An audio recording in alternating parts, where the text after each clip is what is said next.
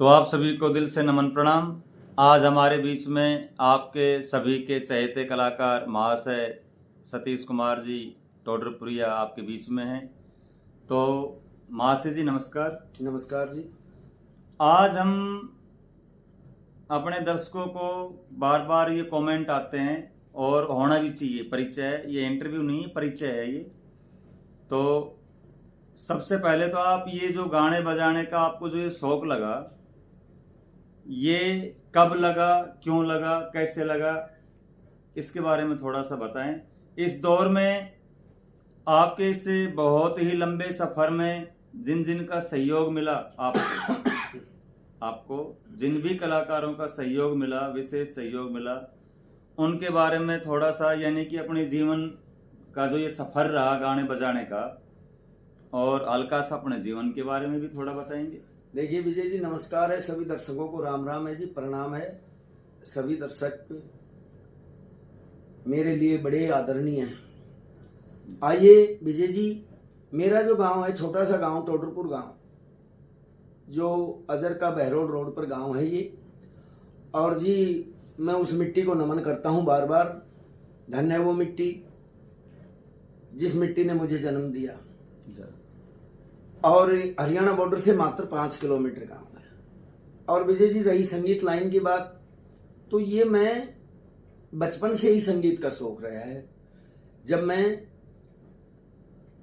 सन 88 में +2 कर रहा था और सन 86 में जब मैं 10वीं कर रहा था, तब से ही मैं हारमोनियम बजाने का शौक था। स्कूल लाइन से जो मेरे टीचर थे वे प्रार्थना भी मेरे से करवाते थे, और जो भी स्कूल में फंक्शन होता था उसमें हर फंक्शन में मैं संगीत के फंक्शन में भाग लेता था। यानी शरीर में कलाकार तो पहले से बचपन से ही, ये जन्म से ही जी।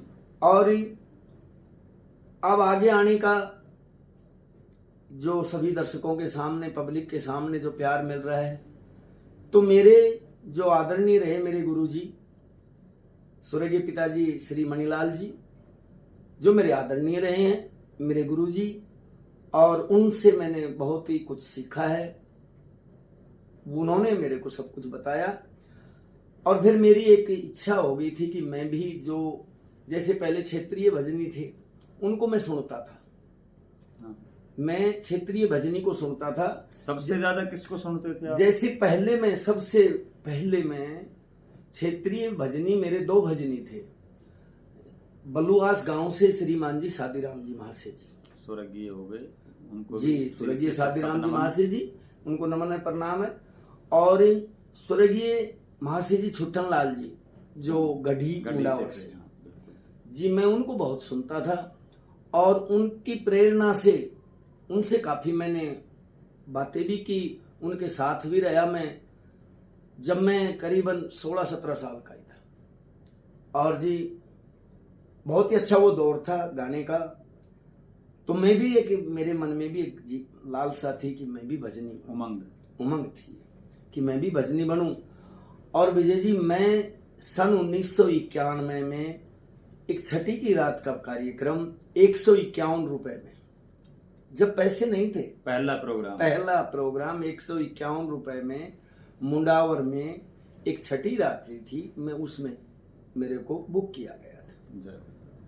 वो मेरा पहला प्रोग्राम, वो सफर स्टार्ट हुआ वहां से। आज भी मुझे याद है वो गोल्डन दिन, आज भी वो मुझे याद है, जब मैं 151 रुपए में भजनी बन के गया था, वहां भजन किए। और उसके बाद फिर मुझे दिन पे दिन यही लालसा लगी रही, प्रेम बढ़ता रहा, प्रेम प्यार बढ़ता रहा, और फिर मैं कार्यक्रम करता रहा। फिर बहुत ही अच्छे उस्ताद लोगों की संगत मिली। उस समय सुकमेड़ी से थे बहुत ही अच्छे ढोलक वादक श्रीमान जी स्वर्गीय अमर सिंह जी, वो अब स्वर्ग से धार गए, बहुत प्रेमी थे हमारे, बहुत ही अच्छे। अमर सिंह जी ने मेरे साथ बहुत अच्छी संगत करी, और बहुत कुछ सिखाया भी, उन्होंने बताया भी। जब सन 1995 के बाद एक रागनी कंपटीशन हुआ था रेवाड़ी में, जिसमें नामजद कलाकार, बहुत कलाकार आए थे, राजेंद्र खरकिया जी और रणबीर बड़वासनिया जी, और पासी नैयर जी, सरिता जी, उस समय उन लोगों की उनका जमाना था, उनका दौर था। शिखर पे बात थी। तो मैं आज भी भी है, हाँ ऐसी आज बात भी नहीं, आज भी है। आज भी है। मैं उस कार्यक्रम को देखने के लिए गया था, तो जगदम्बा कैसेट वालों ने मुझे 10 दिन पहले अवगत करवा दिया था कि महाशय जी आपकी रागनी हम करवा दी। तो वहां मैंने एक रागनी गाई थी। कौन सी? वहां एक रागनी गाई थी, उन्होंने सोमवती चाप सिंह के किस्से की रागनी थी वो, कि जब वो सोमवती चाप सिंह से कहती कि हे पतिदेव, आप घर यहां से नौकरी पे जा रहे हैं और मेरा जी क्यों कर लागेगा, तो वो रागनी फौजी पिया तू जाइए ना मने तड़फइए ना, तो वो घड़ुओ बैंजो पर मैंने वो रागनी गाई थी। उसके बाद फिर मैं हरियाणा क्षेत्र में निकल गया। हरियाणा क्षेत्र में मुझे एक मेरे मन में एक धारणा हो गई कि मैं ये जो हरियाणा के कलाकार हैं इनसे मिलूं, इनके साथ में रहूं और मैं भी एक दिन बड़ा कलाकार बनूं। ये उमंग थी, ये उमंग थी। मैंने फिर छोटी सी एक पार्टी बनाई, बावड़ के पास रूद गांव है, वहां से मुझे घड़वे वाले मिले, बैंजो मास्टर मिला मुझे राजू जी जो नहचाना से। फिर मैं घड़ुआ बैंजो पर प्रोग्राम करने लग गया जी। मुसीबत तो काफी आई। उस जमाने में नहीं तो इंटरनेट का जमाना था कि मोबाइल का फोन कर दिया कि भैया साजन दे जहां भी मिल जाए, नहीं ऐसा नहीं था। मैं तो साइकिल चला करके साजन दे के घर जाता था कि भाई फलाने रोज का कार्यक्रम है। वहां उन लोगों का साथ मिला। फिर मैं हरियाणा से सोनीपत से पासी नैयर जी हैं, हाँ बहुत अच्छा नाम, बहुत ही अच्छा नाम उनका। मोहताज भी और देखिए हमारे तो परिवार में उनका आना जाना बना हुआ है, बहुत ही अच्छे हैं वो। तो मैं वहाँ सोनीपत चला गया, तो सोनीपत उनके पास काफ़ी दिन रहा, कार्यक्रम में मैं जाता था। उधर फिर मेरी मुलाकात मास्टर जी सतवीर जी जो बहुत ही अच्छे हरियाणा के उच्च लेवल के कलाकार स्वर्गीय मास्टर जी, उनसे मुलाकात हुई। और पालेराम जी से मुलाकात हुई, बहुत ही अच्छे आदरणीय रहे हमारे मास्टर जी और पालेराम जी। और पासी नैयर जी के साथ हमने बहुत ही रागनियाँ गाई, बहुत काम किया। फिर मैं घड़ुआ बैंजो की लाइन में आ गया था जी विजय जी। लेकिन एक ढोलक बाजा से घड़ुआ बैंजो पे आ गया, घड़ुआ बैंजो पे आ गया था। और जी मैं बिल्कुल ही गरीब घर से, देखिए मैं बिल्कुल ही गरीब घर से अपने परिवार का गुजारा ही करता था, लेकिन गाने बजाने के लिए पीछे बैक भी होनी चाहिए। ऐसा कोई बैक का काम नहीं था, ऐसी कोई धन दौलत की बात भी नहीं थी, और पहले धन भी कम था। ये जो संगीत लाइन में पैसा नहीं था, भाव था, प्रेम था। पता से विजय जी हमने तो छठी की रात करी है, भाव प्रेम था। हाँ, वो लोप हो रहा है। हाँ, मंदिरों में जाना या जहाँ भी जाना, कहीं भी जाना, तो अपने जो भी पता सा मिल गया, प्यार मिल गया, प्रेम मिल गया, वही था। फिर जी मैंने उस घड़ुआ बैंजो की लाइन से अपना कार्यक्रम चलता रहा, लेकिन एक बुराई मेरे अंदर आ गई। बाहर जाओगे तो संगत तो आएगी। वो ऐसी बुराई आई विजय जी, मैं शराब का थोड़ा सा सेवन करने लग गया। और शराब का फिर थोड़ा सेवन फिर इतना हो गया कि जब भी मैं रेवाड़ी से कभी रेल में बैठ लेता कि अजर के उतरना है। अजरका का मतलब ये बावड़ से आगे अजरका है। अजरका रेलवे स्टेशन लगता है हमारा, बावड़ से 20 किलोमीटर पहले। मैं सोचता अजरका उतरना है तो नशे में नींद आ जाती थी मेरे को, तो चेत ही अजमेर हुआ करे था। ये मेरे वर्ड बहुत इतना नहीं होना चाहिए, बाकी हाँ, वो गलत ही था, वो गलत था। हाँ। ये वर्ड मेरे बहुत फेमस है कि अजरका के बजाय अजमेर उतरे था महाशय जी। बिल्कुल। लेकिन वो एक दौर था, वो बुराई आ गई थी। फिर दर्शकों में भी ऐसा हो गया था कि भाई महाशय जी शराब पीने लग गए, पता नहीं समय पे आएंगे या नहीं आएंगे, या कार्यक्रम करेंगे या नहीं करेंगे। शराब की बुराई चारों ओर फैल गई थी। अब मैंने सोचा जो मेरा पैतृक काम था वो तो मैं कर ही रहा था, लकड़ी का जो कारपेंटरी का फर्नीचर का काम वो मैं करता था, ये मेरा खानदानी काम है। फिर समय तो अच्छा आता ही है, वो क्या करेंगे 12 साल में तो रूढ़ी की बावड़े से। जी विजय जी, ये समय बदलता है कि इंसान बदलता है गुरुजी, ये भी थोड़ा सा क्लियर करो, आप तो महाशय जी हैं। देखिए समय और इंसान के संस्कारों का मेल हो जाता है। मेरे हिसाब से तो इंसान समय के जब साथ हो गया तो समझ गया, पीछे रह गया तो भी दिक्कत है, आगे की जो सोच रहा है, घर बैठ के प्लान बना रहा है, वो भी गलत है। वो भी गलत है। देख मन की सोच नहीं बना करती है, समय करवाता है। समय के साथ रहना जरूरी था। हाँ, फिर मेरी जो अर्धांगिनी है, जो मेरे घर से है, आपकी भाभी जी, उन्होंने मुझे गाइड किया कि आप एक नामजद आदमी हैं और शराब को छोड़ दो। फिर मैं भी मगा भाई ऐसे तो नहीं छूटे, कोई चीज किसी चीज का भय हो, अंकुश हो तभी तो छूटे।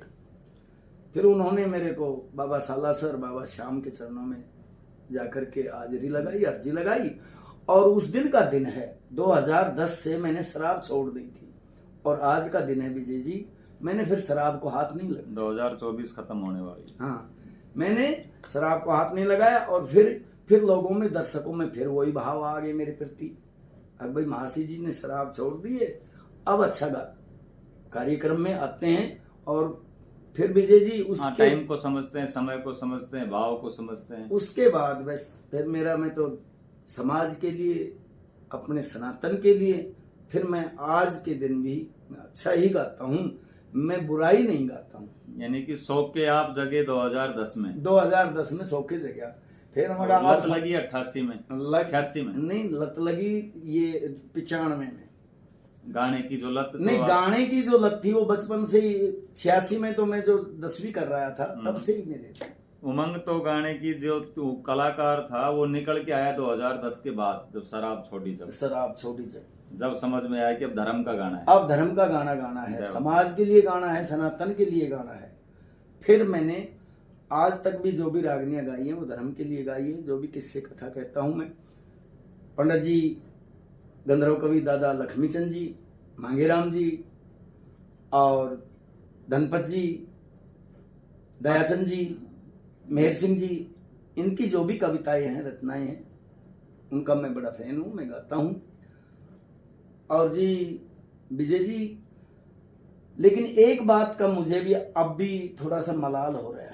वो मलाल बताओ आप, मलाल सोल्व किया जाएगा, बैठे हैं सामने। क्या है विजय जी, अब जो ये दुनिया आ रही है संगीत लाइन में, बहुत कलाकार आ गए हैं। हाँ जी, उस समय इतने कलाकार नहीं थे, रोज नए 2 कलाकार आ रहे हैं, बहुत कलाकार आ रहे हैं। लेकिन हमने जब 2010 के बाद जब उस्ताद लोगों की संगत ली, बहुत ठोकरें खाई, बहुत ही अच्छे अच्छे उस्ताद लोग मिले हमें, जो हमारे साथ में अब उस्ताद लोग चल रहे हैं। कोटका सिंह से सतीश जी ढोलक वादक, हाँ, बहुत अच्छा नाम, बहुत ही अच्छा उनका नाम, बिल्कुल नाम। और हारमोनियम वादक श्रीमान जी इंद्रजीत निगानिया शेरपुर से, वो हमारे बेड़े में थे, बहुत ही अच्छे, सराहनीय हैं, और बहुत ही अच्छा उनका साथ है। गूगल कोटा से पवन कुमार जी, बहुत ही अच्छे ढोलक वादक। इधर को सिरोही बाली से बीरू जी, भाई बीरू राणा जी, और हमारे फिर साथी कलाकार बहुत अच्छे मिले हमें। यहाँ पे फिर संगत मिल गई, माहौल अच्छी संगत मिल गई हमें, जैसे हाँ, अमित जांगड़ जी जो रायली से, फिर हमें संगत अच्छी मिली, सहयोग देने वाले राजू गोला है भोंकर से, जिनको हमने बहुत कुछ सिखाया, फिर वो संगत हमें मिली। और फिर हमने 5-7 साल इंद्रजीत जी जो जोड़िया से हैं, राजस्थान की कोयल कहे जाते जी, उनके साथ भी काम किया, और अच्छी संगत मिली हमें। और अब जो बहुत ही अच्छे उभरते हुए कलाकार, श्रेष्ठ कलाकार, बाल कवि आज के उभरते हुए बेरोज से पंडित जी अंकुर शर्मा जी, बहुत ही अच्छे कलाकार हैं, उनके साथ में भी काम कर रहे हैं। बहुत छोटी उम्र में बहुत अच्छा नाम किया उन्होंने, बिल्कुल उनके साथ भी काम कर रहे हैं। लेकिन ये तो अच्छी संगत मिली हमें। मलाल किस बात का है, आज जो कलाकार हैं जिनको कुछ नहीं आता है, वो कलाकार नहीं हो रहे हैं, वो ठेकेदार हो रहे हैं विजय जी। ठेकेदार का मतलब जैसे भाव, सीधा भाव, प्रोग्राम भरना। प्रोग्राम भर लेते हैं जी, मैं कर दूंगा प्रोग्राम। 2 गाना आता है, 2 रागनी आती है, उसको प्रोग्राम मैं कर दूंगा। फिर ठेकेदारी क्या है जी, 3 कलाकार उधर से बुला लिए, 3 लेडीज उधर से बुला ली, ऐसे करके ना वो कर देना। 2 रागनी उधर की गाना, 2 उधर की गाना, 2 इधर की गाना, नाच को डांस वगैरह करके रात्रि बिता देना। ये हो गया अब ठेकेदारी का काम। अपने खुद के ऊपर कंधे पे बंदूक चला के गाना, वो होता है अहम रोग। ठीक है जी विजय जी। और फिर एक बात अब नई भी आगे, कई जगह जाते हैं महासी जी, कुछ नहीं अभी यहीं रुकते हैं हम। जैसे अभी आपकी नजर में जो अच्छे कलाकार हैं, जिनको आप ज्यादा सुनते हो या लाइक करते हो जी, क्योंकि आपको दुनिया रोज लाइक करती है, कितने ही कमेंट्स हमारे इस विजय साउंड बलवास के चैनल के ऊपर आप रिप्लाई भी देते हो। बहुत अच्छा चल रहा है आपका गाना बजाना भी, और कमेंट्स भी अच्छे आ रहे हैं जी, धार्मिक ही आ रहे हैं। तो आप किसको सुनते हो, किसको लाइक करते हो आप? देखिए, अगर मेरी सच मानो तो मैं सबसे पहले तो मास्टर सतबीर जी को सुनता था। मैं वो अच्छा सुनते थे, उनको पसंद सुनता था। अब जो मैं सुनता हूं, बहुत ही ज्यादा लाइक करता हूं पंडित विकास पासोरिया जी को। जय हो दादा की। जिन्होंने धर्म का बीड़ा उठा रखा, धर्म का गाना। हाँ जी। और फिर उसके बाद इंद्रजीत जोड़िया से, हाँ धर्म का ही गाते हैं, धर्म का गाते हैं, बिल्कुल संत मते का गाना गाते हैं, बहुत अच्छा अच्छे गाते हैं, उनको भी मैं बहुत लाइक करता हूँ। जय और गुरु जी की जय हो। बाल कवि जो पंडित अंकुर शर्मा जी हैं, उनका भी गाना का मैं बहुत ही फैन हूँ, और बहुत ही अच्छा गाते हैं। और सच बात तो विजय जी ये है, मैं अपने से भी जो उम्र के छोटे कलाकार हैं ना, मैं उनको भी अपने से बड़ा मानता हूँ। मानना भी चाहिए, इज्जत देखो वो आपकी कर रहे हैं, आप उनकी कर रहे हो, ये सच है। अमित जांगड़ा है, बहुत ही अच्छे कलाकार, नाम कर रखा है उन्होंने। हाँ जी। तो ये ऐसा दौर रहा। अब जो अश्लीलता यहाँ आ गई है कुछ, दादा छंगाराम सैन का भी नाम कम नहीं है। हाँ, सिरियानी से वो भी छंगाराम जी बहुत ही अच्छे कलाकार, बुजुर्ग कलाकार, उम्र दराज कलाकार, अच्छे कलाकार हैं। अब जो बातें आती हैं अश्लीलता की बातें, क्या होता है विजय जी, कई जगह ये हमें भी कहते हैं मासी जी कुछ अश्लीलता हो रही है। मगर भाई हो तो रही है, सनातन के लिए ऐसा नहीं होना चाहिए। क्यों लोग कहते हैं, और उस बात को हम भी कहते हैं विजय जी, वो सनातन के लिए अश्लीलता कैसे आई है, थोड़ी सी क्या है। आप कहीं भी जामा या शौरी कहीं भी मस्जिद में देखो, कोई नाच नहीं होता। कहीं भी आप गिरजा घर में देखो, कोई नाच नहीं होता, अश्लीलता नहीं होती। कहीं भी गुरुद्वारे में कोई अश्लीलता नहीं होता, नाच नहीं होता। लेकिन मंदिरों पे, जहां हनुमान जी का मंदिर हो, श्याम बाबा का मंदिर हो, या कोई माता का मंदिर हो, या कोई देवी का मंदिर हो, वहां जो अश्लील गाने बज करके नाच होता है, नहीं तो वो ये देवता नहीं चाह रहे कि हाँ अश्लील हो। ये देवता नहीं चाह रहे, ये दर्शक चाह रहे हैं। नहीं तो वो संस्कार की बात हो रही है। और मैं दर्शकों से भी हाथ जोड़ करके निवेदन करता हूं कि अश्लील गाने ना सुने, उससे समाज पर गलत प्रभाव पड़ता है। नहीं, वहाँ सुनने वाली हमारी बहन बेटियां, हमारी बहन बेटियां, सब अपने ही, हमारे नवयुवक हैं, अपने ही परिवार में हमारे अश्लीलता हो रही है, बुजुर्ग तो हैं। समझना है की बात है। हाँ। मासी जी को थोड़ा सा समझो, इनके भाव को समझो। गाओ, नाचो। भाई नाचना कोई बुरी बात नहीं है। वहां तो देखो, जीव और जंतु पशु पखेरु नाचे दुनिया सारी, नाचन में के दोष बताया सब अक्कल की होशियारी। लेकिन अश्लीलता पे नहीं। जैसे ये आजकल डीजे पे गंदे गाने बजते हैं, वही गंदे गाने मंदिरों में लगा देते हैं, जेल करवाएगी, सिर तरवाएगी, फलाना काचे ने खा जाऊं, मुन्नी बदनाम हुई, ऐसे गानों पे गलत है गाना।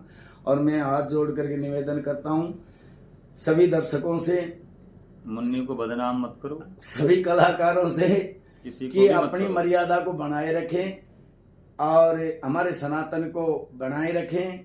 ये जो अश्लीलता है मंदिरों में, जो गंदे गाने पे डांस होता है, इससे मैं हाथ जोड़ करके निवेदन करता हूँ, अच्छे गाने चलाएं, उन पे नाचे।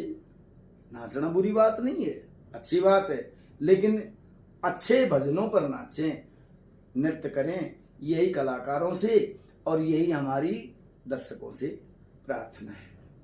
जो सनातन के बारे में आपकी राय क्या है? सनातन बचाओ, देश बचाओ। देखिए, हम तो ये कह रहे हैं कि प्रकृति को भी बचाओ। हाँ, ठीक बात कही आपने। ये बात सनातन के साथ साथ सनातन को भी बचाओ, प्रकृति को भी बचाओ, जीवन भी बचाओ, देश भी बचाओ। गवर्नमेंट भी हमारी चाह रही है, एक छोटी सी बात मैं बीच में रखूंगा, हमारी गवर्नमेंट भी चाह रही है कि प्रकृति के लिए आजकल इतने पैसे खर्च कर रही है गवर्नमेंट पेड़ पौधे के लिए जी। हमने एक कमेटी कहें, उसको कुछ भी कहें, एक छोटा सा यहाँ पे टीम बनाई मिलके हमारे साथियों ने, पर्यावरण टीम बल्लवास के नाम से। तो उसमें कुछ लोग ऐसे हो रहे हैं कि ये पागल हो गए, इसका दिमाग ठीक नहीं है, पता नहीं क्यों कर रहा है, क्या कर रहा है। तो मुझे ऐसा लग रहा है कि आप होश में नहीं है या मैं नहीं हूं।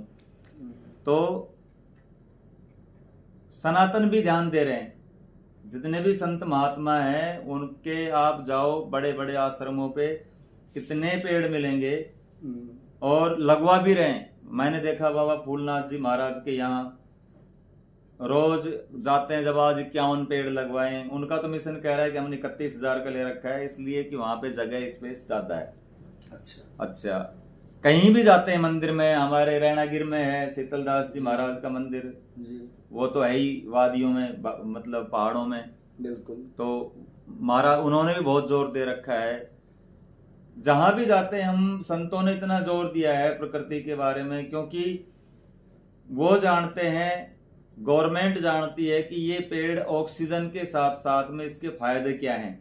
ये किसी जानवर को, पंछियों को, आपको जीवन दान भी दे रहे हैं जी, ऑक्सीजन भी दे रहे हैं, ऑक्सीजन से ही आप जी रहे हो जी। तो इस मामले में भी, इस पेड़ पौधे के बारे में भी आप थोड़ा सा गाइड करेंगे अपने दर्शकों को? देखिए, मैं सभी दर्शकों से हाथ जोड़ करके करवत निवेदन करता हूं, जो पर्यावरण पेड़ की बात कर रहे हैं विजय जी, हर दर्शक का, हर व्यक्ति का एक फर्ज होता है। जैसे हम अपने बच्चे की पालना करते हैं, ऐसे हर व्यक्ति को अपने जीवन में 5 से 10 पेड़ तो जरूर लगाने चाहिए और उसकी पालना करें। अगर पेड़ होंगे तो हमारा जीवन बहुत ही स्वस्थ रहेगा और हमारी प्रकृति भी अच्छी रहेगी। और देखिए, ये जो आजकल कम बारिश होना, ये जो होना, जो ये जितना भी धूमिल पर्यावरण हो रहा है, ये सब पेड़ पौधे ना होने की वजह से। एक महात्मा जी ने तो ये बताया कि ये बारिश तुम्हारे लिए नहीं होती है जी, ये बारिश ही इन पेड़ों के लिए होती है। बिल्कुल, क्योंकि ये जो पेड़ है ना, 84 लाख योनियों में, ये भी एक संत का रूप है जो अपनी एक जगह बना के वहीं रहते हैं और शीर शासन पे रहते हैं। ये 50+ टेम्परेचर आप जो देख रहे थे, ये सब इन पेड़, क्योंकि इतनी गर्मी को झेल कौन सकता है इन पेड़ों के अलावा। जैसे विजय जी, आप बहुत ही अच्छे एक संगीत से जुड़े हुए भी हैं और सभी दर्शकों से भी जुड़े हुए हैं। ऐसे जुड़ने से आपको जो भाव मिला है, वैसा ही भाव आपको पेड़ों से भी मिल रहा है। क्यों? आपने अपने परिवार में, घर में, मैं देखा आपके बगीचे में बहुत अच्छे पेड़ लगे हुए हैं। मैं ये चाहूं कि ये बगीचा हर घर में हो, हर घर में। और घर में अगर जगह नहीं है, हमारे पास में ऐसा कोई बहाना है कि भाई हम बड़ का पेड़, देखो पीपल के पेड़ में सबसे ज्यादा ऑक्सीजन बताया है, बड़ है, पीपल है, गूलर है। ऑक्सीजन के अलावा इनमें से जानवरों के लिए कुछ खाने के लिए भी मिलता है। और पहाड़ है, हमने पेड़, अब जगह नहीं है। हमारी टीम क्या कर रही है आप देख रहे हो, जहां पहाड़ों में जगह है जी, वहीं पेड़ लगा रहे हैं हम। और देखो सुनो, आपने एक भजन सुना होगा, जन्म में लकड़ी मृत्यु में लकड़ी, जन्म से लेकर के मृत्यु तक लकड़ी लकड़ी का खेल है। जब ये लकड़ी मिलेगी नहीं तो कहाँ खेल होगा, जब पेड़ ही नहीं होंगे। बहुत पहले सुना था मैंने ये भजन। बहुत पहले भजन सुना था ना, ये लकड़ी तू बन लकड़ी अब देख तमाशा लकड़ी का। है ना। तो हमारे जीवन में पेड़ों का बहुत ही महत्व है और महत्व रहना चाहिए। पेड़ बचाओ, बेटी बचाओ और पर्यावरण बचाओ और हमारे अपने आप को भी बचाओ, अपने आप को भी बुराई से बचाइए। बुराई से। बहुत बहुत धन्यवाद है जी। और थोड़ा सा अगर आप ध्यान दोगे, थोड़ा सा टाइम निकले तो संतों से समझने के लिए बहुत कुछ मिलता है, ऋषि मुनियों से समझने के लिए बहुत कुछ मिलता है। देखिए जी, और जो ये पुराण जो लिख के गए हैं ना, जैसे भगवत है तो भगवत के अंदर ये पूरा रस है। आप जो गा रहे हो वो उदाहरण की बातें हैं। बिल्कुल जी। जो भी किस्सा है कि अच्छा का जो होता है वो संत महात्मा बताते हैं कि अच्छाई को यश कहते हैं, बुराई को अपयश कहते हैं। बिल्कुल। यश से आदमी की तेज जो होता है ना, तेज चेतना जिसको बोलते हैं, वो बढ़ जाती है। बिल्कुल। यश करने से बढ़ती है वो जी। देखिए, अपने पुराणों से जो हमें अच्छा सीखना चाहिए, अच्छा गाना चाहिए और उस पर अच्छा अमल करना चाहिए। धर्म के लिए गाना चाहिए, समाज के लिए गाना चाहिए, सनातन के लिए गाना चाहिए। अश्लीलता को न फैलाएं और जो हमारे पुराणों में लिखा हुआ है, जो शास्त्रों में लिखा हुआ है, जो भगवत गीता में लिखा हुआ है, उन पे अमल करना चाहिए। वैसा ही पढ़ करके वैसा ही सुने, अच्छा गाए, अच्छा सुने, यही हमारी आपसे तो हमने सभी से प्रार्थना भी है। और हमने पढ़ा ये भी है कि अहंकार कोई कर ही नहीं सकता है किसी चीज का, क्योंकि जो ये प्रकृति है ना, प्रकृति को खोके आप अहंकार कर रहे हो तो गलत कर रहे हो। अहंकार किसी का नहीं चला है। प्रकृति गुरुदेव ये जो ये बनाया है यहाँ पे सिस्टम, भूमंडल में जो खेल रचा, ये विष्णु पुराण में मैंने थोड़ा सा देखा था कि 24 तत्वों से ये प्रकृति रची गई है जी। इंसान के अंदर 5 तत्व बताते हो आप जी। तो फिर इतना मतलब ये इस चीज का, किस चीज का वो मतलब हम वो गर्व कर रहे हैं। 5 ही तत्व है, 19 तत्व तो इस प्रकृति में। ठीक बात है। जिसमें पेड़ ऑक्सीजन आपको दे रहे हैं, बगैर ऑक्सीजन के आप जी सकते हो? नहीं। तो हम तो ये कह रहे हैं कि आप भी जोड़ो। हाँ, अपने लिए नहीं, अपनों के लिए लगाओ। अपनों के क्योंकि लिए। आज का एक पौधा है ना, कल एक बहुत विशाल पेड़ बन सकता है वो। जी। अपनी इस सृष्टि के लिए पेड़ों का बहुत ही अच्छा महत्व। गवर्नमेंट कह रही है कि माँ के नाम एक लगाओ, चलो कैसे भी भाव से जुड़े। जरूर। संतों ने ध्यान दिया कि भाई बाप के लिए भी लगाओ फिर। हाँ बिल्कुल लगाओ। तो हम तो ये कह रहे हैं कि भाई उन गुरुओं के लिए भी लगाओ। जी। और एक अपने लिए लगाओ। अपने लिए भी लगाओ। तो 4 धाम हो गए, 4 पेड़। और जब 5 हो जाए तो परमेश्वर का सा काम हो गया, परमेश्वरी हो गए। 5 पेड़ को अगर बड़े पेड़ को आप पाल देते हो तो मतलब कि आपका विशेष सहयोग रहा है इस प्रकृति में। ये प्रकृति सब कुछ देख रही है, जागृत है, यहाँ पे सब कुछ चेतना में है। खाली यहाँ पे इंसानियत चेतना में नहीं है।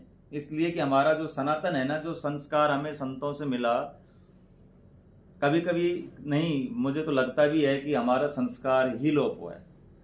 हाँ, धीरे धीरे डाउन होता जा रहा है। जो आप ये अभद्र गाना बजाना की जो अभद्र गाना, ये बातें हो रही है ना, अभद्र की बातें, ये कह रहे हैं कि भाई सनातन खत्म हो, लोप हो रहा है। सनातन नहीं लोप हो रहा है, संस्कार लोप हो रहे हैं। संस्कार हो रहे हैं। कलयुग को तो गुरुजी मैंने देखा, थोड़ा अमल करता हूँ कभी कभी मैं, आपको पता है मैं बैठ जाता हूँ। तो कलयुग का मतलब हमने जाना, तो कलयुग तो बहुत ही सुंदर लगा मुझे। मैंने मेरी दृष्टि से देखा तो बहुत ही अच्छा लगा। क्यों? कलयुग का मतलब मशीनों का युग। हाँ, आज हम घर बैठे। हाँ, कुछ भी आपसे बात करनी है, मुझे कोई दिक्कत नहीं, बात कर ली। हमारे पास समय है। वो समय इसलिए कि हम समझ सकें, वो समय इसलिए नहीं है कि हम मतलब किसी का नुकसान करें। जरूर, इसलिए नहीं है वो समय समझने के लिए है, और समझना ही जरूरी है। जो समझ गए, दुनिया उन्हीं की पूजा कर रही है, मैं तो ये मानता हूँ। ठीक बात है जी। क्योंकि बहुत ही अच्छा। एक गुरु जी कह रहे थे कि भगवान जीते जी मिलते ही नहीं है। भगवान तो मैं ये कहता हूँ कि अवतार होता है, आप भगवान हो, अवतार हुआ, भग से जो पैदा हुआ वो भगवान ही है। वो तो रोम रोम में है। देवता अलग है, देवता वायु देवता, जल देवता, है ना, ये देते हैं जो, उनमें कोई भेदभाव नहीं है, जाति धर्म नहीं मानते वो। नहीं। वायु देवता है वो सबके लिए है।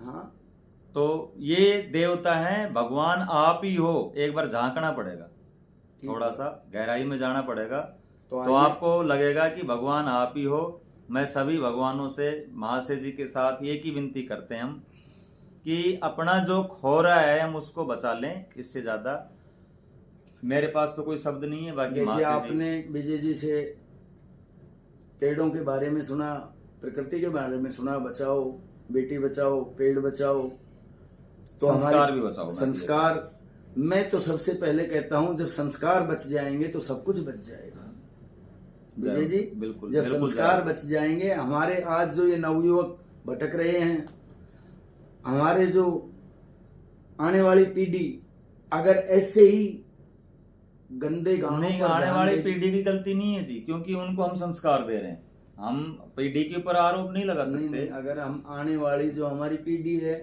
जो ये गंदा सुनेगी, गंदा गाना सुनेगी, तो हम उन बातों को अगर बंद कर देंगे, उनको संस्कार अच्छा दे देंगे, जब सुनेगी नहीं तो संस्कार अच्छा दे देंगे तो भविष्य उज्जवल हो जाएगा। तो जी, तो यही एक प्रार्थना है, बुराई से बचें, अच्छाई की तरफ चलें, और जिस कलाकार, जिस भाई दर्शकों को, जो भी मेरे सुनने वाले हैं, जो भी आज थोड़ी छूट गया अभी। अच्छा जी, फैमिली के बारे में थोड़ा सा इंट्रोडक्शन करवाइए आप, मतलब बच्चे हैं, कितने बच्चे हैं, क्या कर रहे हैं? देखिए, मेरे पिताजी वो 2015 में 15 अगस्त को सुरक्षित हार गए थे, और मम्मी है, और मेरे जो घर से अर्धांगिनी, आप जानते हो, लक्ष्मी शक्ति है वो तो, और मेरे 2 बेटे हैं। एक लग गया है वो बात बता। ये भगवान के भजन से ये मिला, सब बाबा की कृपा से है।